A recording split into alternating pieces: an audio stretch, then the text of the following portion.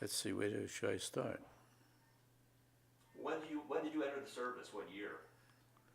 Oh, this was right from the beginning to the end. The Elbe, I landed in Normandy, and I wandered up in the Elbe River in Germany. That was the end of the war. I tried to go to a little bit further, but on my own to get a souvenir for Berlin.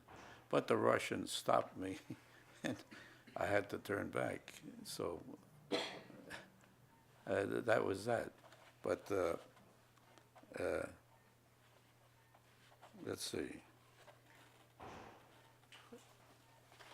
And I Well, don't how know. old were you when Huh? you enlisted? How old were you? 18 years, well, 19 years old. By the time I got overseas, 19 years old. Oh my gosh, so a pretty young guy. Had you been Yeah, ever? I was in 18 when I was 18. And I was in, well, we ended up, oh my goodness. I don't know where to start again.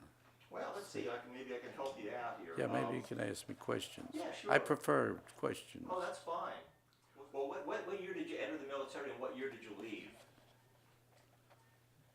That was, there I can't tell you whether it was 43, 44 anymore, Okay. but blocked mine.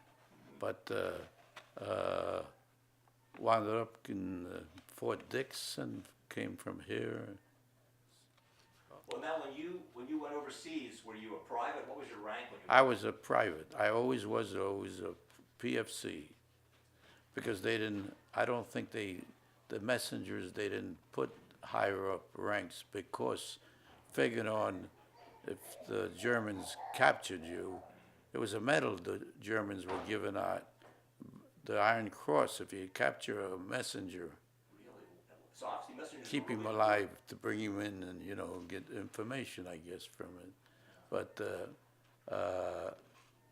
that was one of the reasons. So tell me a bit about what messengers did. I mean, I'm guessing you're taking messengers from one part of the front to another, or where did you go from? Oh yeah. You went on all calls, or any place. In other words, I was in a Ninth Army, and it was a army that consists of 5 corps. Now, corps is a big outfit. Patton only had 3, but this was the Ninth Army, and we were in between a British and the American First Army. So this was a big one. It ruled the whole works, but never was publicized much. It always was kept on a secret. Now, Patton got all the glory, but he was all the way down southward. And so let's see, where else? God asked me another one. Yeah, well, what for you was what was one of the most memorable things? Is there a story that comes to mind when you talk to people? Or? Oh, I was in a signal corps, and I didn't like climbing poles, driving a tank, because when I was a rookie, they gave you a privilege to pick out what you would like. Believe it or not, that was it. This company, yeah. So I didn't like climbing the poles because they used to grease the poles up, and I would slide down. Kind of rough job. I didn't like that, and I didn't like driving trucks or even a tank. They tell you to drive a tank. They ask you who can drive a car. I said I did. Well, everybody, not everybody, but in them days, very few, were actually driving cars. These 18, 19-year-old kids, and so I was step from, okay, get in that tank and show him how to drive. That's what you did. So you get in there, shake your head. Oh, what are you doing in this thing? So you fool around, you learn. You pick up things more daring. Well, with trucks, then for 1 hour or so, then you jump into something else. And I like driving a Jeep, and then sort of the jobs come up, picked out which one you would want. So who would volunteer to be a messenger? I said, I'll volunteer. never knowing what it's all about. And so I volunteered for a messenger.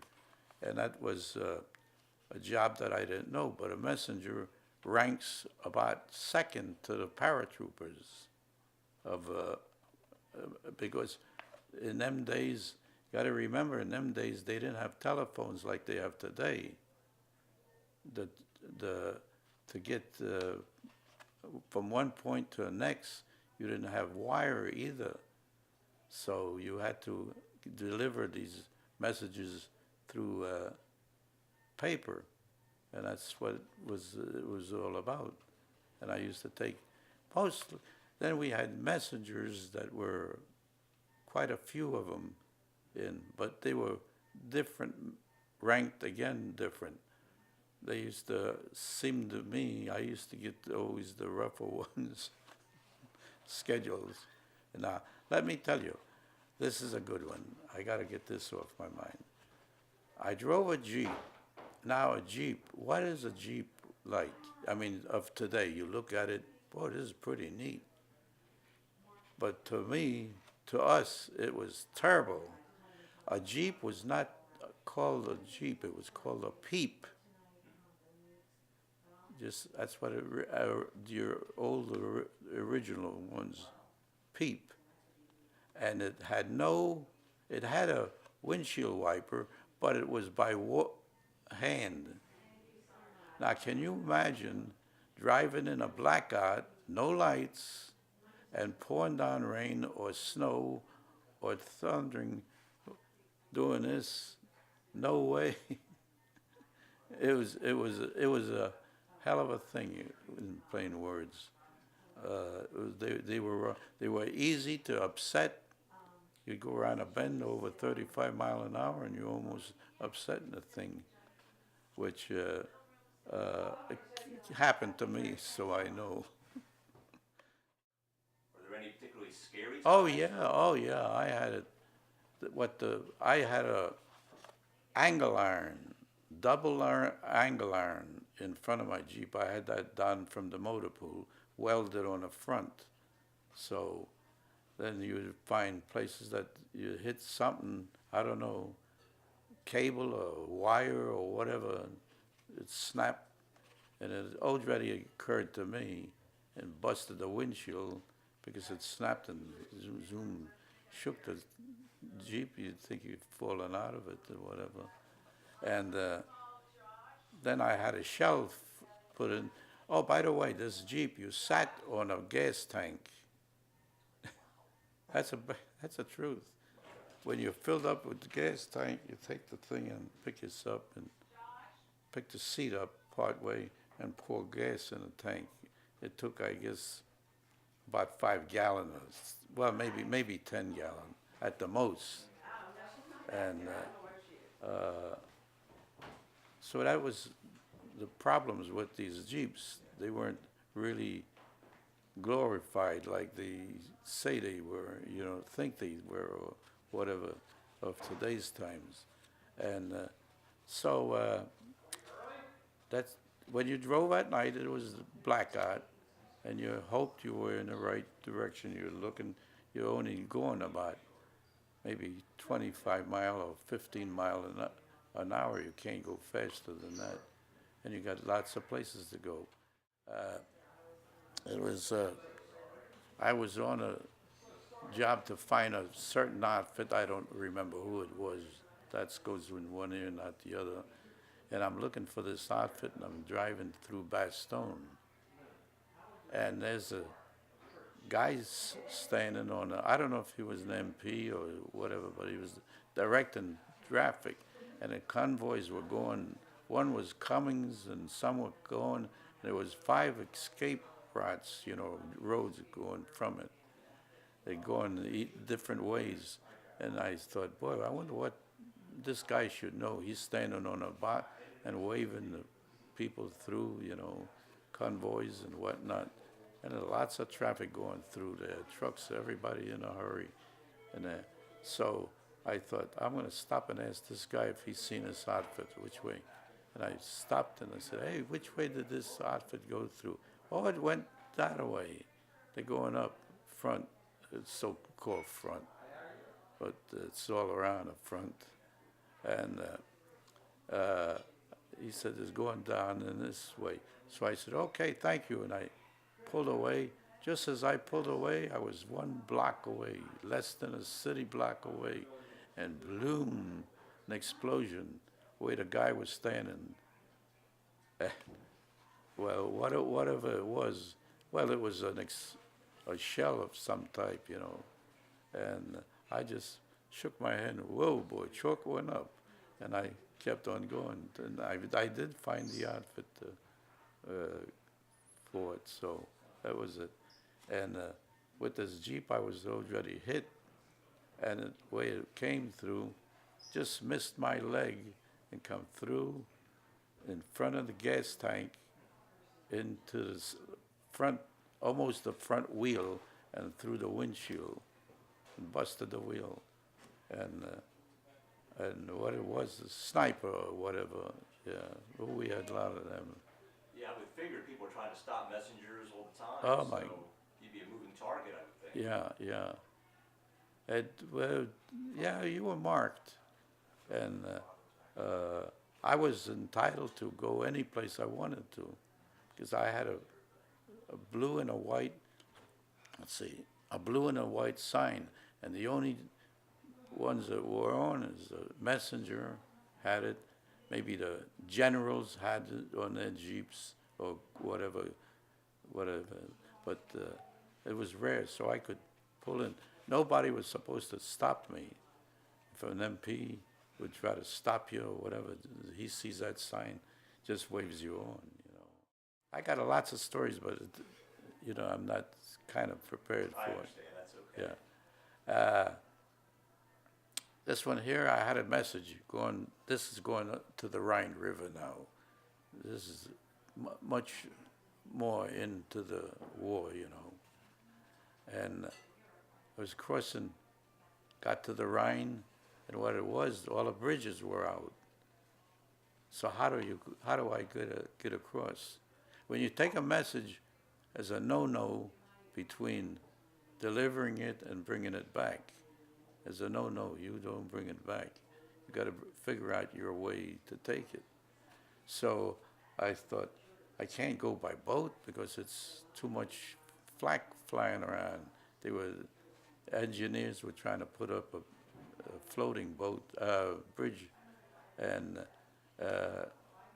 so I thought, oh my God, I know a little airplane, you know, place. Well, what would you call it? Hangar or airfield? No, a little, in a field, you know, they land. A landing strip. Yeah, something like that. And it was these, like, little Piper Cubs, 2-seaters. They called them, I think, L5 or something like that. I forget what it is anymore. But, so I went back in. I flew before, pigeons or something like that I took back, and different things I did with a little thing. So I said to the bunch of guys there, I said, hey, who's going to take me across the Rhine? I'll take you. He's about 18, 19 years old himself. And, so I crawled in his airplane, and it takes off. They used to fly in about 10 feet, I believe they could take off. So he takes off in his plane. I'm sitting in the front and he's sitting in the back. And I have my map out trying to figure out, there's a paratroop outfit on the other side of the Rhine, and I want to get to them. So as we're going, he's hollering at, he said, did you take a parachute, or do you have a parachute? I said, no, I ain't got none. Now let me tell you what these things are. There's solid iron seat that you sit on, and a little roomy for a place that you ever sit on a parachute. But I didn't have none. I said, no, I ain't got none. He said, well, look out the window, buddy. And here I see the flak, and see, those airplanes were made out of, I don't know, canvas or something like, yeah. And he said, well, I said, yeah. I said, if you take it down low, bring it down low, fly over the trees and that. And I said, Don't fly too high. So we got across. He landed it. I said, right there's a spot. There's a spot down there. That's where I want to go. It's for me to run to the message center there of the paratroop outfit and back. It was good enough for me. So he brings it down there. So I delivered my message, and I come back, running back, and I sees, what the hell is he doing? He's patching up the airplane. Guess what he's using? Duct tape. I didn't know it, but duct tape was invented for that, one of them reasons. That was a surprise to me. And he's patched it up, and we brought it back. I thanked him, and I took off. That was an interesting one, you know. But constantly, my experience with this being a messenger is always under fear or whatever. And I mean, do you consider yourself lucky that you made it through without getting oh my shot goodness, yeah, yeah. Some of them call me, how does it, cat with 9 lives. I had some wonderful experiences also. You seen the one with the picture of me drinking a schnapps? Oh, really? Oh, didn't you see that? No. Yeah, my goodness. Oh, yeah, yeah. You might just hold it up. I'm going to zoom in and get a shot of that. Hold it. Pontivy, France. Oh, right, yeah. So tell me what's happening in that shot. Tell me about that photo. No, that we were just relieved. We were lucky to get relieved. For matter of fact, I don't even know the fellow that's standing beside of me. Sitting with me, and we've found somehow this place and having a schnapps. That's a little okay. And that's you on the right or the left? You. I'm on right. On the right. I'm on okay. this side, yeah. Okay, gotcha. And here's one of me on a Siegfried line. What was the Siegfried line? You don't know what that is? No, Oh my God! This goes for about 300 mile, or maybe, yeah, I think about 300 mile. Well, and what was its purpose? This was a purpose of keeping tanks or whatever. That was Hitler's border sign between, I guess, between Holland and whatever, and Germany. This was taken near Aachen, Germany, a few miles, maybe a few miles away. I just forget anymore. From Aachen, Germany. Looks like it was a little cold out there. Huh? Looks like a little bit of snow. Oh yeah. around. Oh, that was something. Oh my goodness. This is all concrete, and those filled with mines and stuff like that. But this was on the way to Aachen.